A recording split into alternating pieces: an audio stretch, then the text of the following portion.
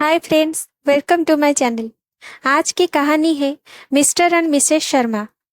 मेरी बेटी सुधा ने सीढ़ियों से दौड़कर हमारे पड़ोस वाले घर की मिसेस शर्मा को गिरने से बचाने के लिए पकड़ते हुए कहा, क्या हुआ आंटी?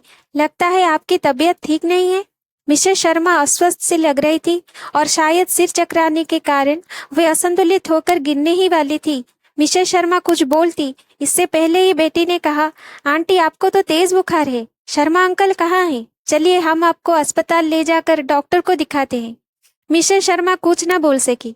उन्होंने सिर्फ अपने घर की ओर इशारा किया। इतने में ही शर्मा जी सुधा की आवाज सुनते ही अपने घर से तेजी से दौड़ते हुए आ गए। उन्होंने घबराए हुए कहा, क्या हुआ? मैं तो तुम्हें इस चबूतरे पर बैठाकर गाड़ी निकालने ही गया था। सुधा बोली, अंकल आंटी को काफी तेज बुखार है, इसी वजह से शायद इन्हें चक्कर आ गया और ये गिरने ही वाली थी कि मैंने इन्हें पकड़ लिया। इन्हें तुरंत डॉक्टर को दिखाना चाहिए। मैं पापा को बुलाती हूँ, हम अभी डॉक्टर के पास चलते हैं। सुधा ने आवाज देकर मुझे बुलाया। बाहर आने पर मुझे सारी स्थिति की जानकारी हुई। मैंने सुधा से हमारे अपने घर से पानी की बोतल, ग्लास, ग्लूकोज लाकर मिसेस शर्मा को पिलाने को कहा। मैंने शर्मा जी से कहा, जब तक सुधा पानी लेकर आती है और मैं गाड़ी निकालता हूँ, तब तक आप भाभी जी का ध्यान रखिए। मैंने गाड़ी निकाली। शर्मा जी और सुधा मिसेस शर्मा को बीच में बैठाकर सहारा देते हुए पीछे वाली सीट पर बैठ गए। हम चारों गाड़ी से अस्पताल के आपातकालीन विभाग में जा पहुंचे। डॉक्टर ने मिसेस शर्मा का चेकअप किया और उन्हें स्वास्थ्य संबंधी कब और क्या समस्या है इसकी जानकारी हमें दी। इसके पश्चात उनके उपचार में उनको कुछ इंजेक्शन देकर इंट्रावेनस ग्लूकोज देने के लिए बोतल चढ़ाने की प्रक्रिया शुरू कर दी गई। डॉक्टर के अनुसार मिसेस शर्मा को डिहाइड्रेशन हो गया था, इसलिए रिहाइड्रेट करने के लिए मेडिकल ऑब्जर्वेशन में उन्हें अस्पताल में रोकना अनिवार्य था। डॉक्टर के अनुसार उन्हें पहले ही आ जाना चाहिए था। कभी कभी देरी होना घातक हो जाता है। डॉक्टर ने उन्हें आपातकालीन विभाग से वार्ड में भेजने के साथ ही आवश्यक दवाइयां लेकर आने को कहा। मैंने शर्मा जी और सुधा को उनके साथ वार्ड में चलने को कहा और स्वयं दवाइयां लेने के लिए मेडिकल स्टोर चला गया। डॉक्टर के द्वारा लिखी गई सभी दवाइयां मैं मेडिकल स्टोर से लेकर आ गया। सुधा मिसेस शर्मा के बेड के पास स्टूल पर बैठ गई। स्टाफ नर्स ने इशारे से मरीज के पास सिर्फ एक व्यक्ति को छोड़कर बाकी लोगों को बाहर जाकर बैठने को कहा, ताकि वार्ड में कोई भीड़ भाड़ ना हो। शर्मा साहब हमारे पड़ोसी थे। उनको और उनकी पत्नी को अपनी अमीरी पर बड़ा ही गर्व था। हमारे साथ वाले परिवारों से वे बातचीत करने में अपना अपमान समझते थे। बातचीत और व्यवहार से प्राय वो लोग यही प्रदर्शित करते थे कि उनके पास सब कुछ है और उन्हें कभी भी किसी की मदद की आवश्यकता ही नहीं पड़ेगी। वे पैसा फेंको तमाशा देखो वाले सिद्धांत को मानने वाले व्यक्ति थे। मिसेस शर्मा भी गली में अपनी चर्चा के दौरान कहती थी कि इस गली में मेरे पतिदेव की सैलरी के बराबर किसी के भी सैलरी नहीं है।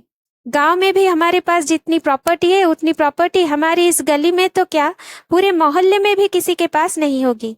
उनके अनुसार उनके स्टैंडर्ड के हिसाब से ये गली है ही नहीं। वे बताती थी, हम तो बड़ी वाली गाड़ी लेने को है, लेकिन यहाँ गलियां इतनी पतली है कि गाड़ी इन गलियों में कैसे निकलेगी, इसलिए वे ले ही नहीं रही है। वे तो जब बोलना शुरू करती तो ऐसा लगता था कि उन्हें केवल बोलना ही है। बोलते समय ज्यादा सोच विचार में भी अपना वक्त बर्बाद नहीं करती थी। अपनी अमीरी का यशगान करने में शायद उन्हें बड़े ही आत्मिक सुख की अनुभूति होती थी। एक बार वे अपनी शाही खर्च का बखान करते हुए बता रही थी कि हमारा बेटा एक महीने में 3,000 रुपए से ज्यादा के कोल्ड ड्रिंक तो ऐसे ही पी जाता है।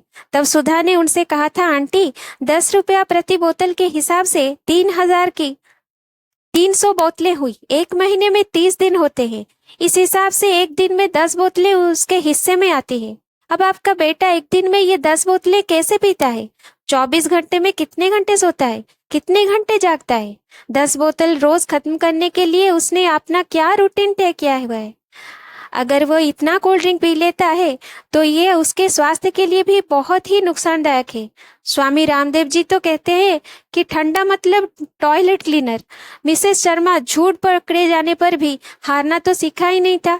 ऐसे मौकों पर भी मुस्कुराते हुए अपने घर के अंदर घुस जाती थी।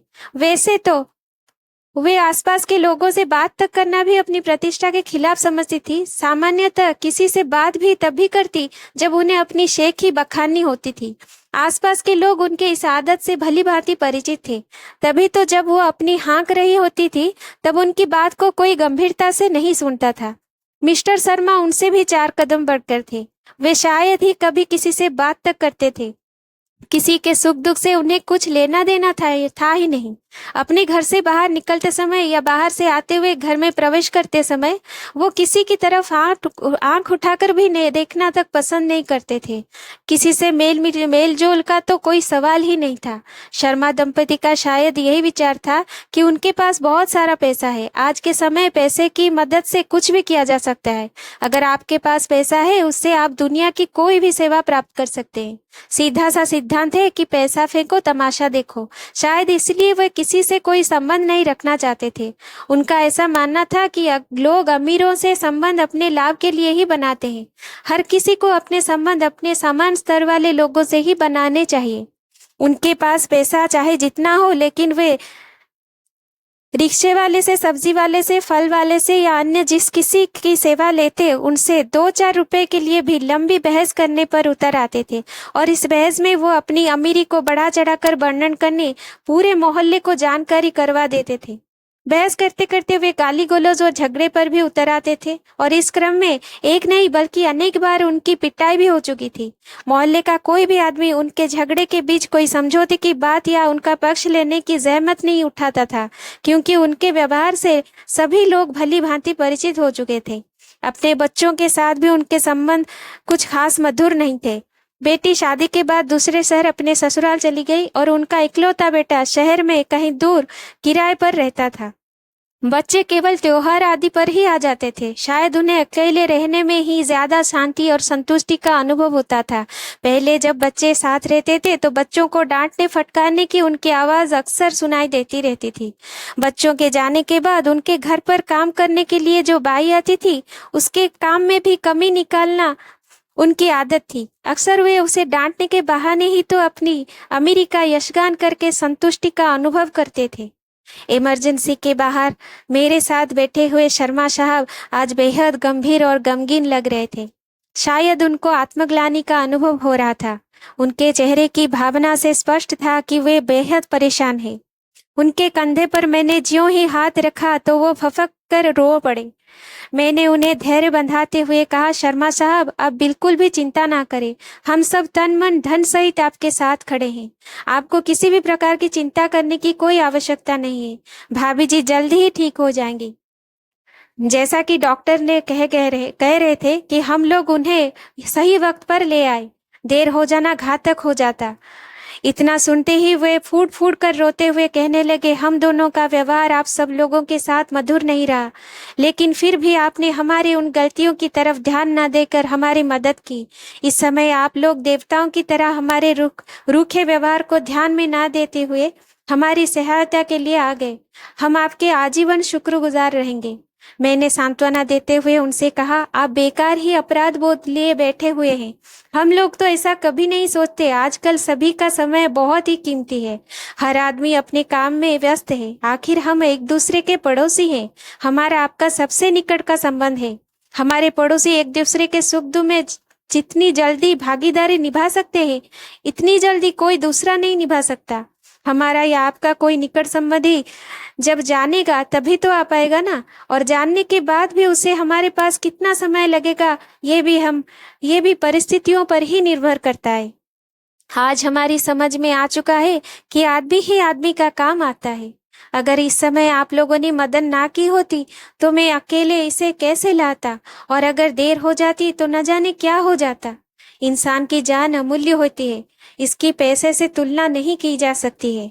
मानवीय मूल्यों की कभी भी पैसे से तुलना नहीं की जा सकती। शर्मा जी के मन से पश्चाताप की ज्वाला शांत नहीं हो रही थी। मैंने उन्हें इस विषय से पूरी तरह निश्चिंत और शांतिपूर्वक धैर्य धारण कर पूरा ध्यान भाभी जी के स्वास्थ्य की ओर लगाने के लिए कहा। जब मैंने उनसे जानने की कोशिश की कि इतनी गंभीर समस्या अचानक तो नहीं आई होगी, तबीयत कई दिनों से खराब रही होगी, तब उन्होंने बताया कि पिछले 1 हफ्ते से इसने काम वाली बाई को डांट कर भगा दिया। तबीयत खराब होने के बावजूद ये काम करती रही।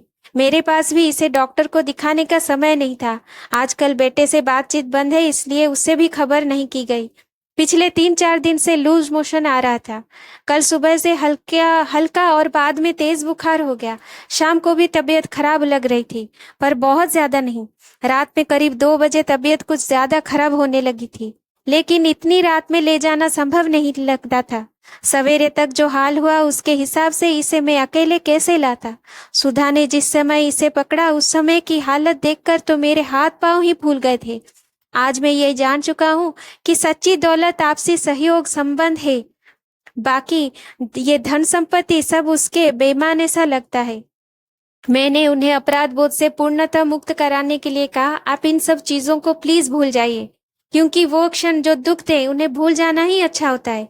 देखिए, वार्ड बॉय शायद हमें बुला रहा है। शर्मा साहब मेरे साथ साथ वार्ड बॉय की ओर बढ़ चले। Thank you for watching. Please like, share and subscribe my channel.